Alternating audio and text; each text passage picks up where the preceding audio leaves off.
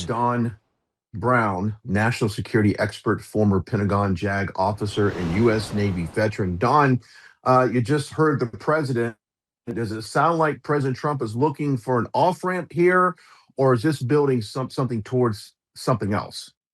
Well, the remarkable mission that the U.S. military has carried out so far, Brian, is leading to an off ramp whenever the president wants to take it. The issue is how far does he want to devastate this tyrannical regime?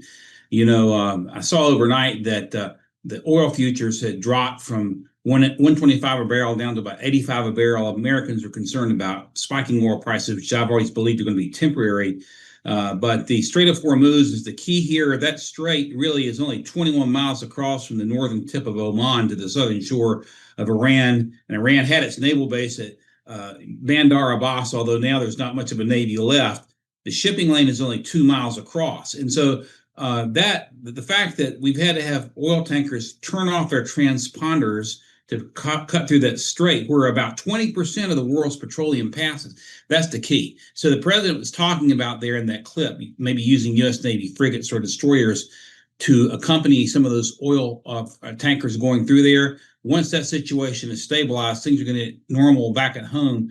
But the president really can take an off-ramp whenever he wants. We're going to have to see what this new supreme leader brings to bear, the son of Ali Khamenei, who was just killed. We don't want to see any more radical attacks on oil tankers. And once that comes to an end, I think we're getting close to stabilizing things. I certainly hope so, Brian.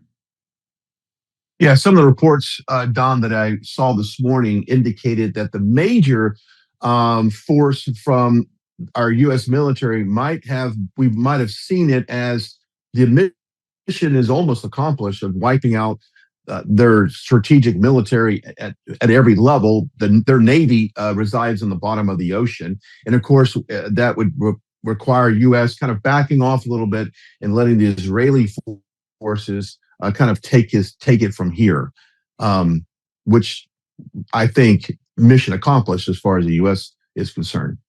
Well, it's looking that way. Of course, Britain finally capitulated. I can't believe a Starmer, and is allowing RAF Fairford to house U.S. B-1 bombers and B-52s that are on the way. So it isn't like we're withdrawing. But at the same time, it's important to understand that while the main portion of Iran's military has certainly been decimated, their Navy is at the bottom of the ocean, Air Force can't get off the ground, they can do a lot of nuisance things, like they can potentially try to mine those straits. They can do things that are like cheap to try to disrupt shipping. And so you have to kind of keep an eye on that.